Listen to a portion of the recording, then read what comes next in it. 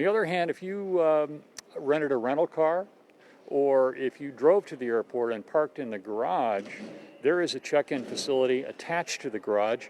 We call it the gateway. And the advantage of that is that you then walk on the same level into the security checkpoint and you're on your way to your gate. You know, have you thought about that at all, about how this year, 2020, has been such an incredibly challenging time, and yet here's a bright spot in the year 2020, the opening of this great airport? You know, I think all of us who've been associated with this project feel an immense sense of good fortune at being associated with something that has such a positive meaning and impact on the community, because it has been an incredibly challenging year for all of us. You, as I said earlier, if you'd parked in the garage or you rented a car and returned it, you will be coming this way and you will have probably checked in your bag out there, and then you come directly over there to the new security checkpoint. One of the things you'll notice as we're walking along here is some of the art that has been installed, and I think this is another remarkable feature to build a building and integrate the art into the architecture. This artwork was intended to reflect the beauty of Utah. This is a hoodoo, a rock formation that you might find in nature. There are some more out here. We'll see the canyons in a moment. The kids are going to love this. They are going to love it. Yeah, absolutely. So now we're entering the checkpoint. This is another really big difference because we have only one central checkpoint. The airport, in the process of construction, acquired state-of-the-art checkpoint lanes that you'll get to experience here in a moment, which allow 4 people to divest at one time, 4 different locations. So you're never going to get stuck behind somebody who's got 5 strollers and 8 kids, and you're thinking, I'm going to miss my plane. How is the technology better here? Well, first of all, these lanes are a vast improvement over the existing manual lanes. You have said in the past that this new Salt Lake City Airport is the future of airports. It is. What exactly do you mean by that? Well, I think one way to think about the old Salt Lake City Airport is that it kind of looks like my hand. It has these concourses that go out like this, and the planes park in the middle here. So I know everybody's had this experience. You fly into Salt Lake, and the pilot comes on and goes, hey, we're 10 minutes early. And you go, oh, wow, that's great. And then they pull up to the intersection of one of these lanes, and there's a plane moving in here. Pilot comes back on and says, well, now we're going to have to wait. And the new airport has 2 parallel concourses that go like this, with enough room for planes to push back and taxi simultaneously. So there will never be a case when you'll have to wait to taxi in and move into the gate position. That saves time for sure, but as importantly, it reduces the amount of carbon in the atmosphere because they're burning much less jet fuel. So it saves money, good for the environment, and that is the 21st century design for an airport. This airport has been 25 years in the making, this new one. And so incrementally, over that period of time, the city and the Department of Airports and our tenants here have been making these slow, steady, incremental changes to allow for the development of this airport. You grab a bin and put it up here, and look, the bin is automatically returned. Then when you are done, you remember the old days where you would have to sort of push it along and push it along. You just put it here and automatically there it goes. It's screened up there. Behind the wall over here are people who are focused intently on the x-ray so they're not distracted. All right. Oh, okay. Are they still closed? Your bag comes here and stops right here. And this is the point at which the screener will go, there's something that I'm not sure about. And when it gets to here, it'll automatically kick to the other side, and it will go in for secondary screening. Once you remove all of that from the bin, this little camera here will see that there's nothing in it and release it to the stack, which initiates the return. And a camera now identifies that there's nothing in it, and off it goes to be automatically returned to the front end of the system. So it's self-contained. I think people are going to find this to be a vastly superior experience to the current airport. And what's more, because we have so much more space and frankly fewer passengers as a result of the COVID, lots of opportunity for social distancing, which is very important in an airport and in the process of travel today. And now we are in what we call the canyon. Wow. And this art was really part of the construction of the airport, designed by Gordon Huther, a Napa-based artist, and it's intended to evoke and to reflect the very unique geology of Utah. These lights are all motorized, they're LED, and they have thousands of actual shades and colors. And I can tell you, I've been in here in the evening before, and it's just stunningly spectacular. How important is an airport and this iteration of the airport to the economy of Utah, to the culture of Utah, to the growth of Utah? How important is this? Well, just in financial terms, the airport generates billions of dollars that turn over in the local economy. And if you think about the church, very good example. They're one of the largest purchasers of travel in the United States. And so having an airport that has the kind of connectivity that we do is critically important. The University of Utah, which is just a phenomenally important institution in the community, wouldn't be what it is today without an airport close by. And I think I would safely say there are not great cities without great airports. So the ability to get from here to there for leisure, for business, is really, really important to any community that has aspirations, that wants to grow, and this one does. $4.1 billion Yes, for sir. this project. Yeah. And it's on time and on budget. It is on time and it's on How budget. did you do that? How did you do that? Well, first, it's important to know there is a large team of people guiding this project. I'm the executive director of the airport, but we also have a little trailer park here, not so little actually, filled with the project management team, which reports to us. Mike Williams, who leads that, is built airports for the better part of his career, and he's been here for years helping bring this to fruition. And about 2.5 years ago or so, he and I sat down and just circled a date on the calendar and said, we think this is a realistic date for us to be complete, and we think it's important to circle the date and say, that's it. Because if you don't, there is always a reason to push it back a week or two or a month. New Orleans, for example, was 6 months late. The Berlin airport, of all things, is 10 years late.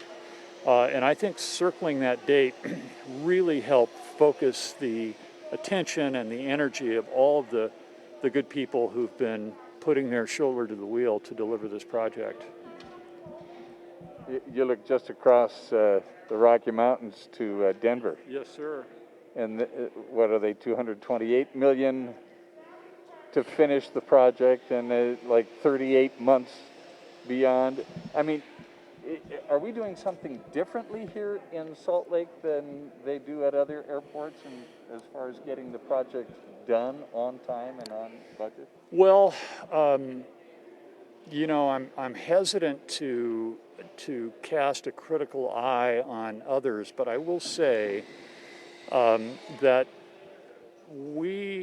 I said in the unveiling when talking about Delta, because they've been such a critical partner in this. It's our airport, it's the city's airport, but they're the gas that, you know, makes the engine run.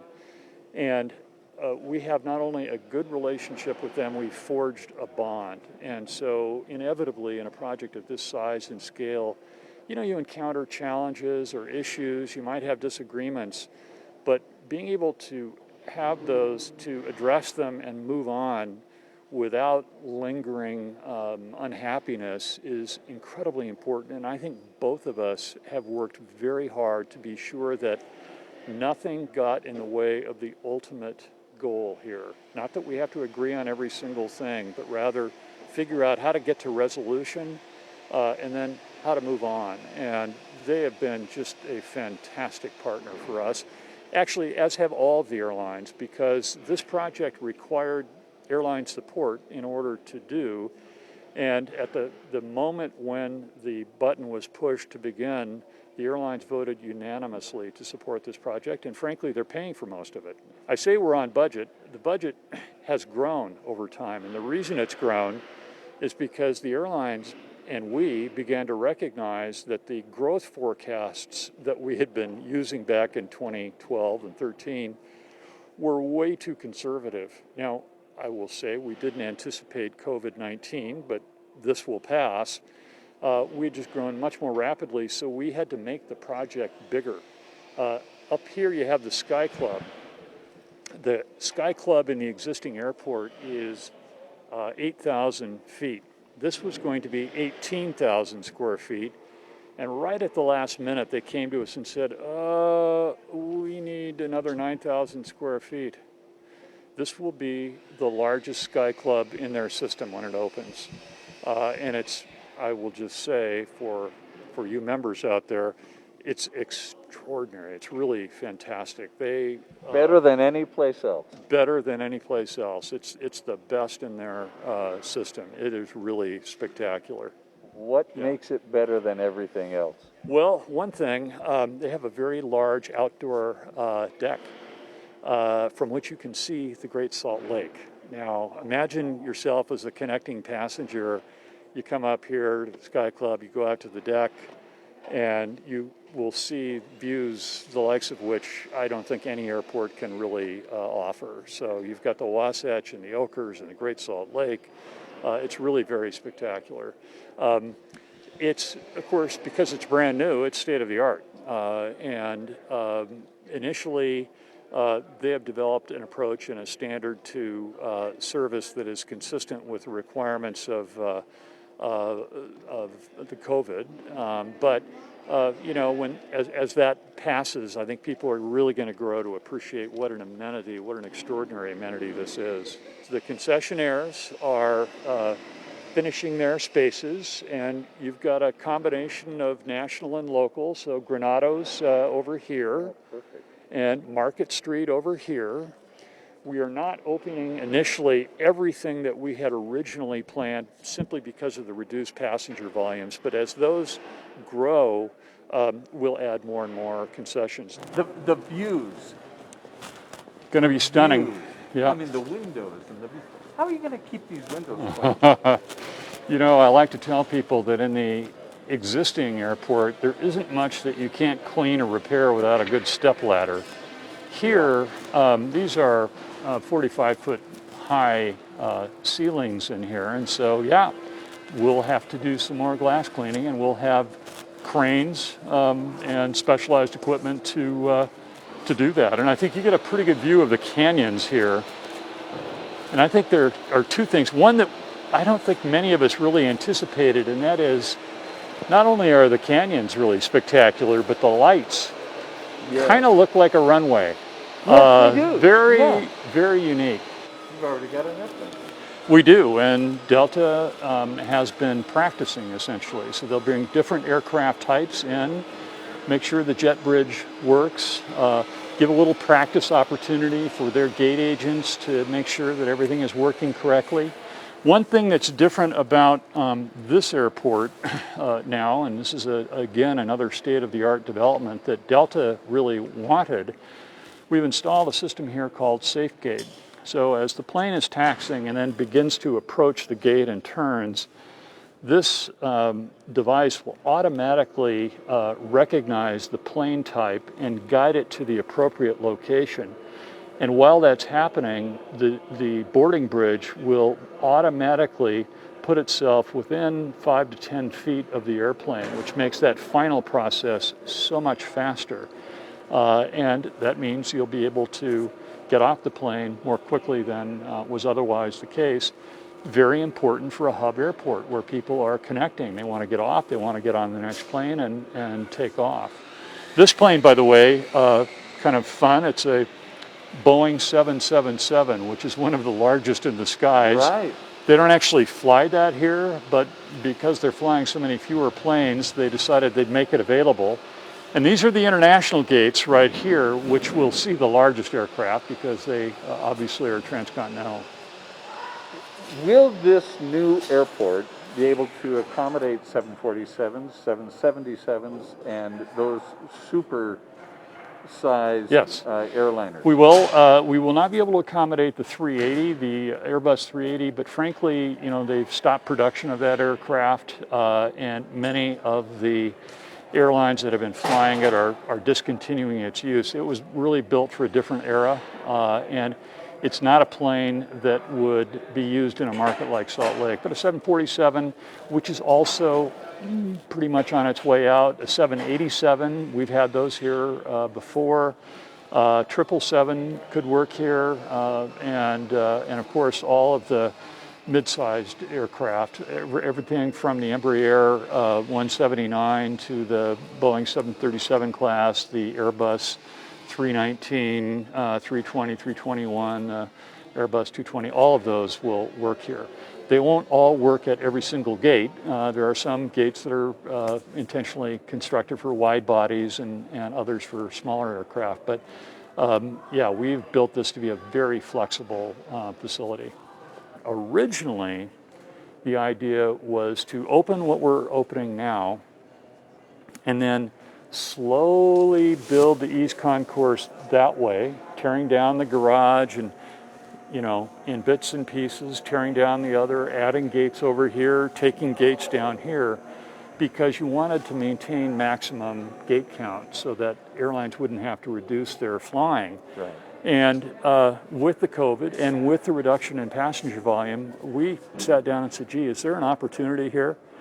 And finally concluded, you know what we're going to do? Once we open the B concourse there in late October, we're tearing everything down at once, which will make the second phase so much easier to do, and we'll deliver it 2 years in advance of the original schedule, which saves us a bundle of money. I got to tell you, but this is a long way. Yes, it is. And once the concourse goes east and is completed, from one end to the other will be 3/4 of a mile. Holy moly. We have moving walkways that you'll see here for people who choose that, or if you want to get your steps in, you can do that too. As a passenger, it's the last thing you do before you get on a plane, and it's the first thing you do when you get off. That's and right. My predecessor, Maureen Riley, who was so deeply involved in the sort of building the foundation for this project, everybody tells me she was the bathroom committee of one, and she really wanted to get it right. So if you stop here, you can see this is the women's restroom. We accommodate ADA here, and that is the international breastfeeding signal.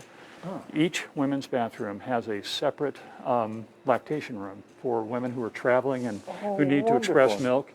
So we'll have, I think, 26 of them here.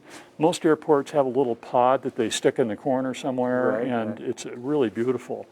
And you can see the tile here is again reflected to the landscape of Utah. The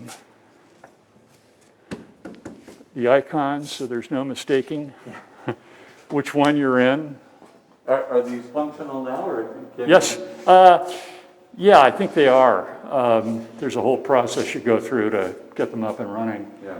And once again, this I think we call it the bubble wall, but it's just the idea of the colors and textures of Utah. Yeah. Hello. Yeah. Well, so they're getting ready. So when we come in here, you'll notice that there are two different stall areas, which means you can clean one without having to close the whole bathroom down. Always have one open. So in the women's restrooms, free feminine hygiene products. Perfect. Oh, yeah. Yeah, fair is fair. So here is a typical stall. It's deep, right? So you can pull your bag in with you. Hooks. Hang your things on. Yeah. When it's closed, there's a red. You see the red off? So there you go. Green. And extra high, extra low. The doors are mitered, so there is no crack. You can't. You get a little privacy. Yeah, you do. You know, that's perfect. Really nice. And then the lactation room's down here? It's right here. Around the corner? Yeah. Okay. All of these walls in each of the back bathrooms, and we call these whimsy walls, art walls. And the artist submitted smaller versions like this, which we then had put on wraps. So everyone is different. So you won't get to see this one again. It's in the women's restroom. Here is the lactation room. You're able to come in here and if you need Yes. to feed the baby and Yep, just clean up and whatnot. 26 of them. 26 in the whole airport. Oh, that's great. All of these are no-touch appliances, which Yes. is really important. They're going off now because of our vests, but you don't actually have to touch anything to come in, wash your hands, and get a towel. Get a clean towel. So here we are at gate A21, which is one of the international gates. We already have an airplane here. Yes, This is 777. isn't it? and this is a typical ticket counter. And we've got the sneeze guards in Correct. The place? airport, we decided right at the very beginning that we would build and install all of these at any customer-facing station, ticket agent, or in the retail or food and beverage and so forth, so that there would be a common look. Produced by a local firm, which is terrific. Now, this is one of the new jetways. Yes, built, by the way, in Ogden, Utah by JBT Corporation. And in the end, we'll have 70 of these. And then you just board from here. Correct. Yeah. Welcome aboard. So you're arriving now. Yes, you are now departing the plane. These moving walkways go the length of the concourse. They're not moving at the moment, but they will be. And just to give people a little extra assistance. You know, one of the fun things about being in an airport this size is, I mean, after you've been on an airplane for 3 hours. Yeah, 4 getting a little hours, walk isn't bad. Well, yeah, and you see this kind of a opportunity to walk and stretch your legs. Yes. You're going to go for a wander. Yes. You know, your Yes. next flight isn't for an hour and a half. Yes. You've got a little time Yes. to chill. Yeah. Bill, how much of the craftsmanship, the artwork, the product, the labor, the design, how much of all of that originated here in Utah? You know, of the construction spend, Nancy, I want to say about 65% of it is local. So on a project like this, you hire a general contractor who then bids out aspects of the project to specialty subcontractors, electrical and plumbing and mechanical and paving and so forth. And the vast bulk of that has come locally. There are some things that just don't exist locally that you have to go elsewhere. For example, the bag handling system, which is beneath us and is really the beating heart of the airport, was constructed by a firm called Van der Lande, which is a European firm, and there just isn't a local presence here. Yeah, a presence here. But of course, they employed a lot of local people when they installed it and put it together. We do have local art. A lot of the whimsy wall art is local. The principal architectural firm, HOK, is a global firm, and they are the office which has been most involved in this is in San Francisco. The the what I would call the large-scale industrial art was produced by Gordon Huther, who is a Napa-based artist. And then for the general contractors, the strategy, which I think was a brilliant one, was create two joint ventures, one on that side, one on this side, have a local general contractor, and have a national airport a general contractor. So on this side, it's Holder out of Atlanta, Georgia, and Big D, which is a local firm. Right. On the other side, it's Austin Commercial out of Texas, and Oakland Brothers, which is local. And so both Big D and Oakland bring their knowledge of the local market. They know who the subcontractors are, and they know how to work it. And Holder and Austin have been building airports all over the country. Yeah. So it's been a great combination. If you had to describe the different feel between the old airport and the new airport, how would you describe that contrast? Well, scale is one. This is just so much bigger than the existing facility. We're walking on terrazzo, and we have 14 acres of this here. And this is installed like you would install asphalt, and then ground down and polished several different times. You can see how high the ceilings are here. These are 20-foot ceilings, and this is canted to allow in the natural light from the south, and the lights will go up and down with the quality of the light that's coming into the building, and that's an energy-saving feature. The bathrooms, in the existing airport, because our volumes have been so terrific until obviously this most recent challenge with the COVID, are always full. They're always crowded. Lines, you won't have lines in the bathrooms here. The opportunities for food and beverage are going to be considerably greater here than the old airport. The access to the airport is way improved with elevated roadways that bring you right in. And so I think people are going to, who are accustomed to the old airport, are really going to notice such a difference in just the scale and the size and frankly the beauty.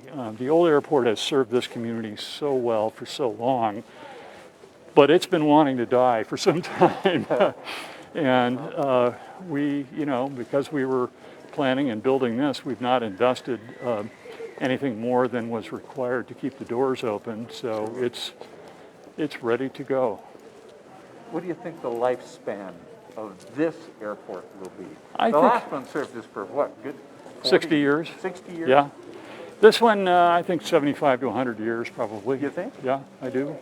And so far into the future that the nature of air travel will change in ways that I don't think any of us can really forecast. So it'll serve us for a long, long time. The seismic standards here are built to really the highest levels. So should we have the big one, the Wasatch Front earthquake, this facility will be usable. Yeah, one of the other wonderful things about this airport is that there's a place where families can gather. I mean, Yes. there are lots of, as you mentioned, Yes. a lot of people coming and going, Yeah. but a lot of arrivals with people who Yes. want to greet their loved ones. So when I first arrived here, I'm from Oregon and was in charge of the Portland airport for many years. And first day on the job, and I'm in my office, and all of a sudden I hear this huge noise. And I was thinking, uh-oh, what's gone wrong? And everybody sort of smiled and said, oh, you're in Salt Lake. And this is an event that happens every day, and it was a group of returning missionaries and their families and loved ones. And in the existing airport, it's a challenge because we just don't have the room, and they're standing in the middle of the exit lane in many cases. Right. And so People trying to get by to it's get their very bags, challenging. whatnot, and So wondering what the heck is going on? built this space, the greeting room, specifically to accommodate that. And we've included an actual high resolution photograph of the world map that's on the floor of Terminal 1. And it's sandwiched between two pieces of glass because we know that this is so important to the people of Salt Lake.